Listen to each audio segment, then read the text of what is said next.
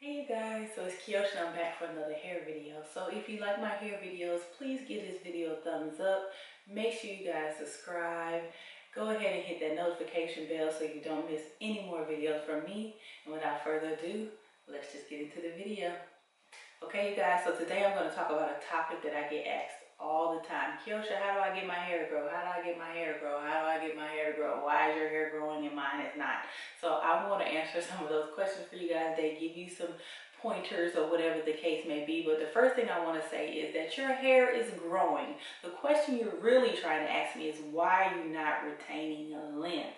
Because your hair grows out of your scalp every single day. Unless you have some kind of condition, some kind of medical condition or something that prevents you from growing your hair, then that's a different story. But your hair is growing every single day. And the reason why you can't see the growth is because you're not retaining length.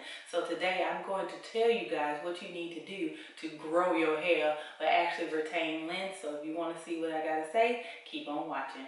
Okay, so one of the first reasons that your hair isn't growing is because it lacks moisture. If your hair is super dry, super brittle, it will break off and it will look like you're not growing any hair because you're not retaining the length to see your hair come down to where you want to be. So for instance, if you have neck, like ear length hair, and it's dry and brittle and it keeps breaking off, your hair is going to stay at ear length or get shorter. But if you keep moisture in your hair, you keep it good and moisturized and healthy, eventually you will see your hair go like this. And it's really growing from your scalp, and this is just the length that you are trying to retain that actually helps you see the growth that is coming out of your head. So a lot of people don't think their hair is growing when it actually is. It's just that you're not retaining the length, so therefore you can't see the growth that you're actually getting on it, every time it grows. So you have to make sure your hair is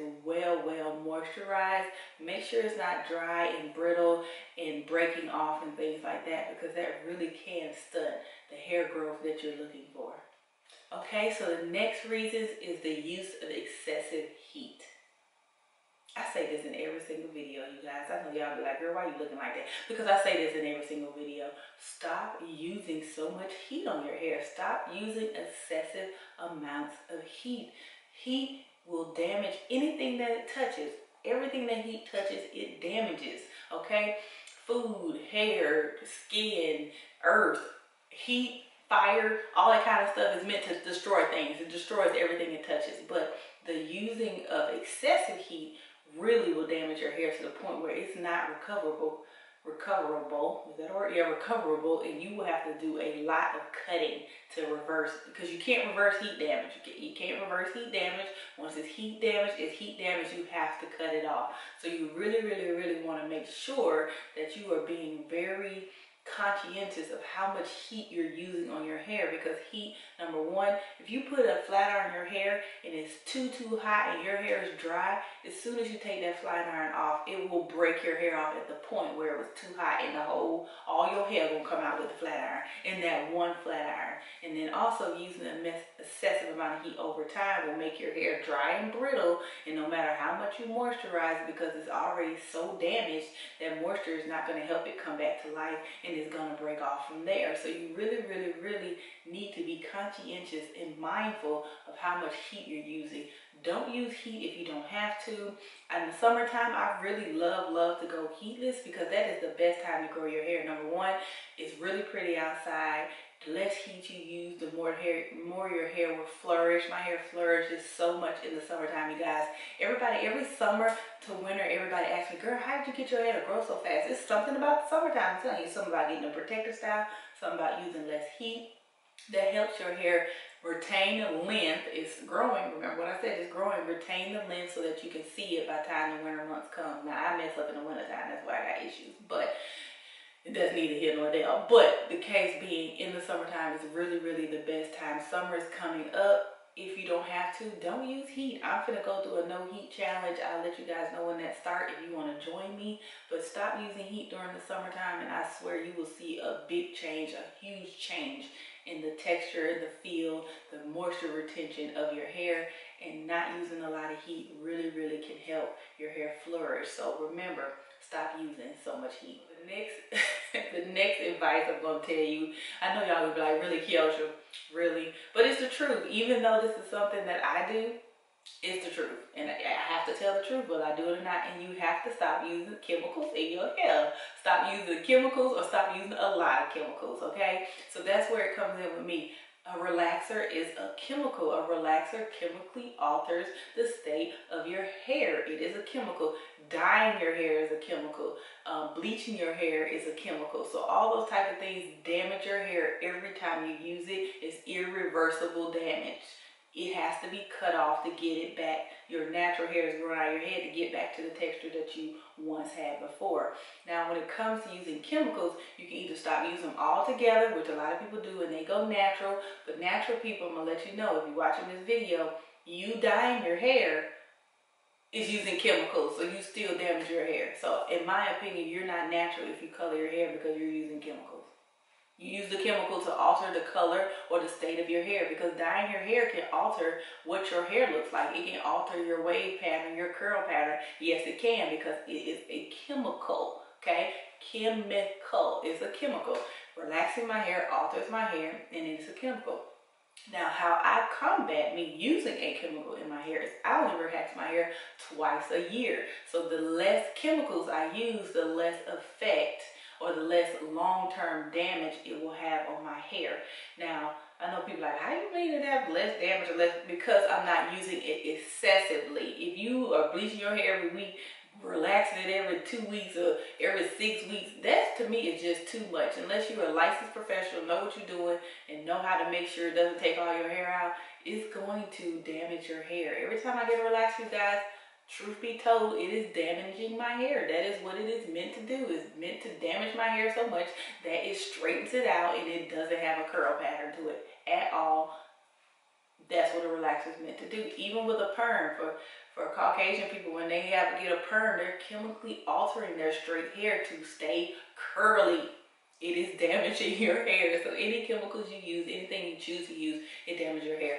Now, if you don't want any damage to your hair, stop using chemicals altogether, is my opinion. But if you still want to use chemical, use it less frequently.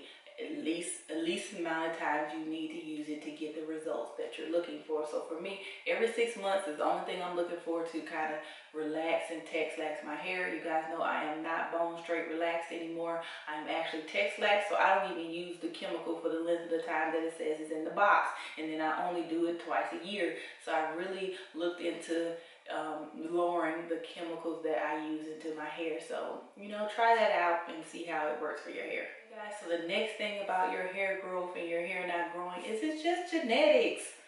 Some people just got good genetics and they got good, long, pretty hair.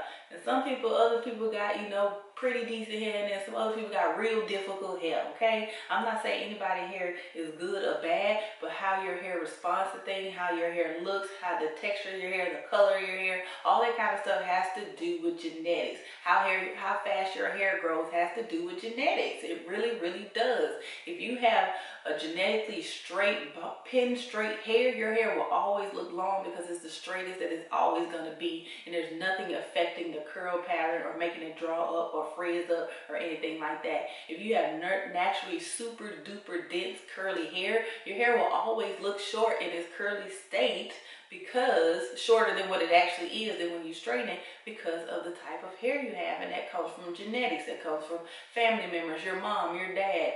Even siblings have different textures of hair, different hair types because of genetics. They got some part of genetic from one side of the family or one family member, and the other sibling got one from another family member. So genetics plays a really good part in what type of hair you're going to have, whether it's long, short, curly, straight, frizzy, not frizzy. All of that has to do with genetics. So you really have to see what your genetics gave you and work with what you got, because you're never going to change your hair, because genetics is genetics. It ain't no altering genetics unless I missed something, which I don't think they invented nothing to alter genetics as of yet, even though they probably trying. But the genetics you have are the genetics you have. Okay, so another reason your hair isn't growing is because you need a trim.